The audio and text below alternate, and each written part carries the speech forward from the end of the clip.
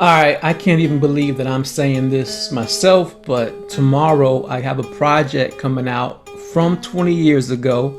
The group is Savage Intellect. The album is The Genesis of Genius, produced by Maker, Gel, and Overflow, featuring Costume, which I'm excited about, featuring Siren, who you might know if you were listening to the Time Travel Radio Show. And it's a very personal album, and so I've been doing these videos. This is like my second or third one I think I've done for this project, and I'll do some more videos and some writing too at some point. But this album is basically like, it's the first time I really wrote a very personal songs, and the whole album is conceptual from beginning to end. Every song is conceptual. It's how the sequencing it is. I did these, if you ever listen to my mixtapes as DJ Nicholas, I was known for doing these vocal collages. I do some of those on this project to sort of like help bring the themes to life. And it's really about, it's an exercise. It was done because I was in a dark place at the time when I was writing this record, and it was a way for me to write and try to process those things. And it's an exercise in being vulnerable.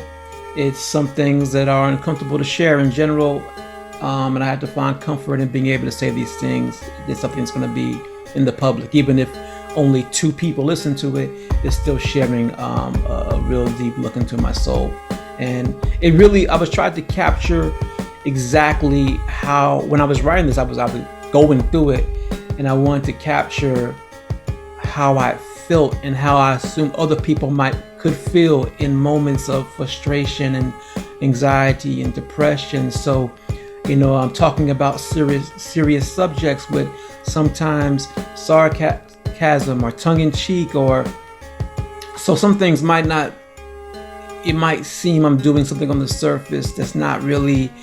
It's me trying to find ways to communicate it, because sometimes when we're dealing with things, we don't know how to communicate them, and we express ourselves in ways that maybe even be contrary to what we're dealing with, whether it's inappropriate humor or things like that. And so I tried to capture that feeling. And one thing that I noticed, and that would help me inspire to approach the project this way, is that I was able to go back and trace my life and dealing with some of these things, in seeing something very specific that I think was a turning point in how I was able to deal with them, that I didn't realize until I was working on this project, 20 years ago. And that was, I first started rhyming in 1980. I think it was like March of 1980 to be exact. But that was just like, I was just doing it, having fun. It wasn't in terms of like dealing with some of these personal things. The key point of that first phase of me knowing I was going through that is ages 8 to 12. So, so I started rhyming like right in the middle of that process of dealing with these feelings. And in 82, things got a little better. And the 2 things about 82 stand out in reference to this. One, there was a group, if you know this era of hip hop, early 80s, a group called the Disco 4. They have a song called We're at the Party. I just love this song. I still love this song, and I still use it in this way. But back then, whenever I was going through a moment of sadness or a dark period, I would play that song. I love this, the production, the arrangement, just the harmonizing. It's a really great song, and it's a feel-good song, and so I would use it in that method. Like, okay, I'm not feeling good, let me play Disco 4, We're at the Party. Around this same time, and not too long after, for the first time ever, I wasn't just rapping, but me and my best friend Rubens recorded ourselves rapping. We had the Fearless 4 instrumental of Rockin' It.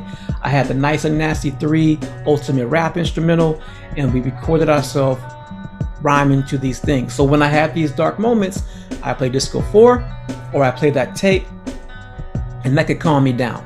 It did make the feelings go away, but it was a way to like help them, I could deal with them better. The next big change came a few years later. This time in this previous part, we were living in Germany, on Army base in Stuttgart, Germany, for most of that time. Before that, was an Army base in Karlsruhe, Germany. So, but in '84, we moved to Fort Valley, Kansas, near Junction City, Kansas, and I ended up forming a new crew with some friends of mine, Eddie and Warren, aka TNT and Capri. We were the Third Dimension, aka 3D crew. And what changed from the previous thing was, not only was I just recording myself to tape, but we were making tapes, we were doing performances, we were winning contests. In that time I lived there for like a year and a half, 84, 85. There were 3 main DJ/rap competitions that I know about. These are like performance competitions back then. And the Skate Junction, the roller skating rink, was the main place. And then there was one that happened on the Army base somewhere that I don't remember what it was called. We didn't enter the first one because we didn't know we could enter. We were young.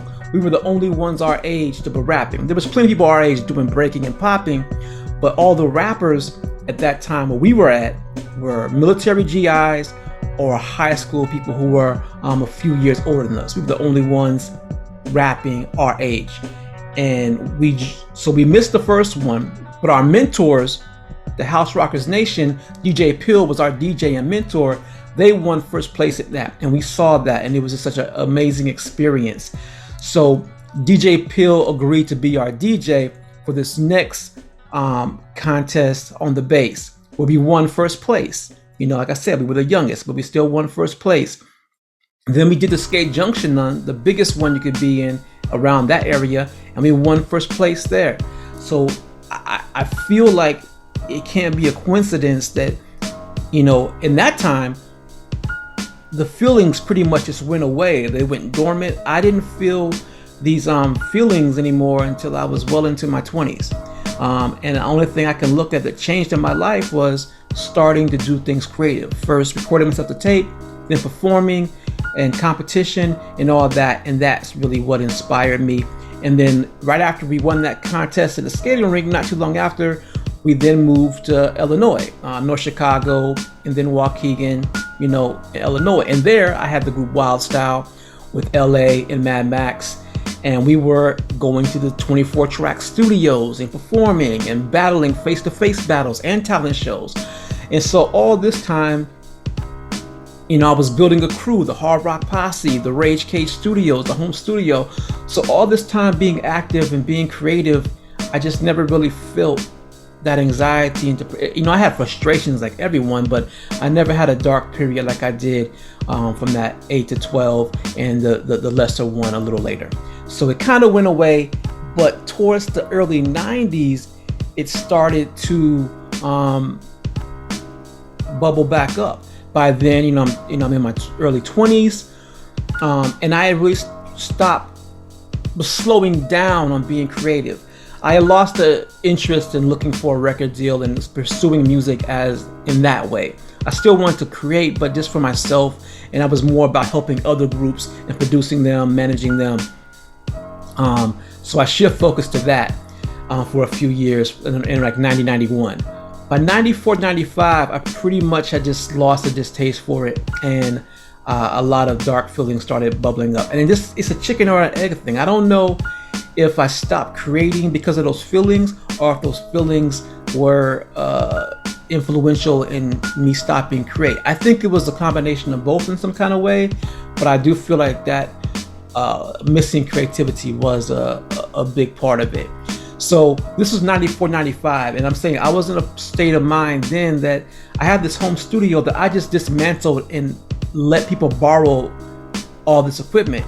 Someone had my SP12, someone else I gave the Tascam H-Rack, someone else I gave the Shure SM58 microphones and mic stands, and the Quadraverb. Like, I just let people borrow all these things. Some of them I never got back because I just wasn't caring about that stuff as much anymore. I regret like not getting the SP12 back, as one could imagine, but that's just where I was in my mind state. I stopped rapping, I stopped producing, I stopped recording groups. I just wasn't in the mind state of that, and things only got worse from there.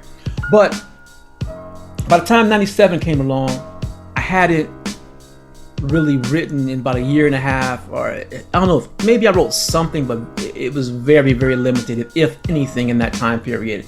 But I went on this road trip with a friend of mine who I mentioned in the last video, Lynn. We went on this road trip and we were driving in New Mexico in the middle of the night, and there was something about that whole vibe. It was just like inspirational. I think I was driving and I asked Lynn, like, can you drive? I need to write something down. And I just started writing. And when I started writing this, and this is the first verse of a song called First Steps, track 13 on the project. When I first started writing this, I didn't have any particular direction. I was just starting it like I would write any song. Just, you hear the song, you see it starts off, it could be a battle rhyme from that moment. But then it just took this whole different path of being very personal.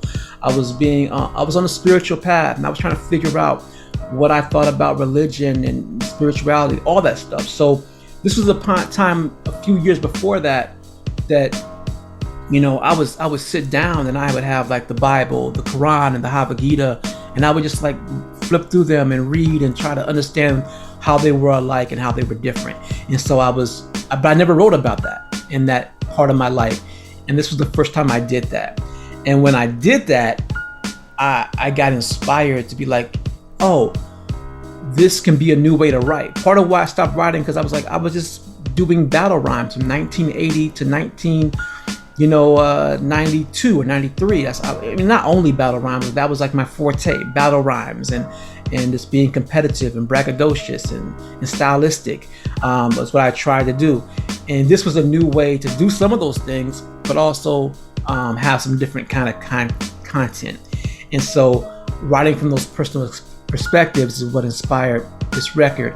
And so I wanted to really get super personal and talk about all those things from my childhood, from being at a young age, thinking about taking my own life, and why I thought that way, and where my brain was at that point.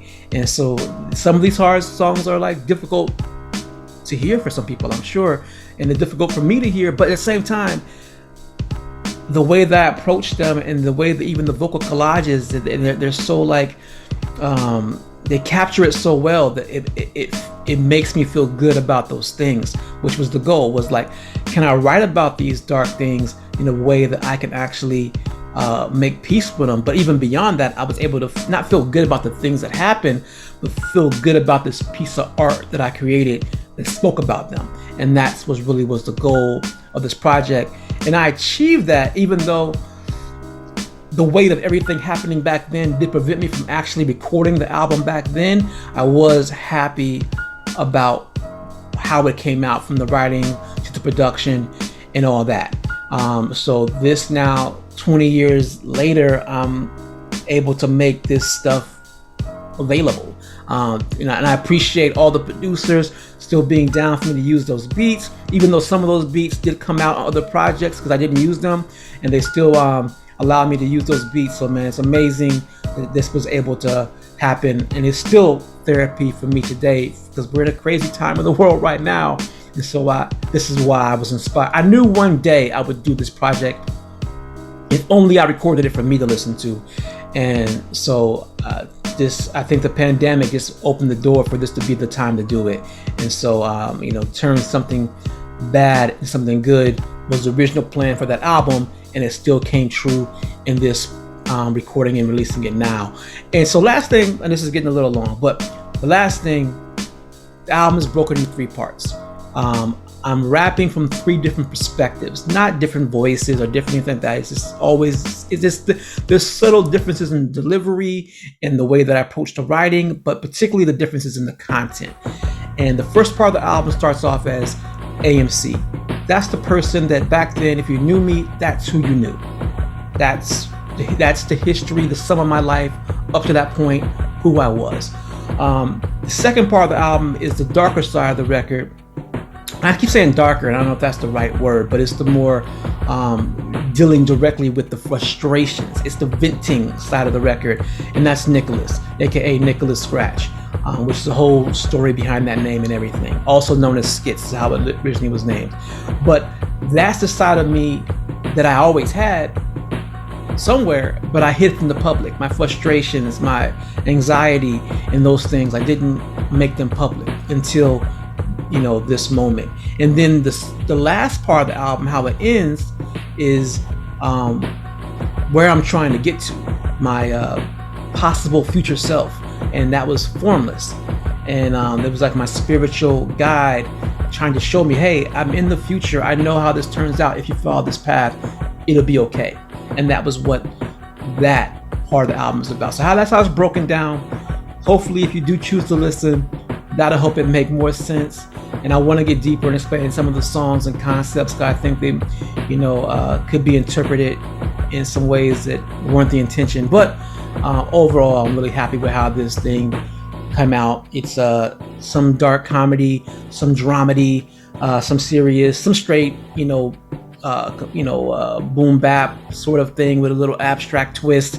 It approaches things from a few different ways. Like even like vocally, there were 4 different modes I wanted to capture. One was like a typical straightforward, you follow the beat, like typical rap. The other one was like I wanted to be a little, what they say, abstract, which I always like to push the limits of how you flow to the beat and find other parts of the beat to connect with and blend with.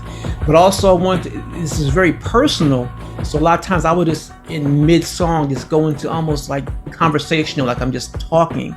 Then other times when I want to be like kind of over dramatize something, because when we're going through dark periods, we can over dramatize and make things even seem worse than they really are, potentially.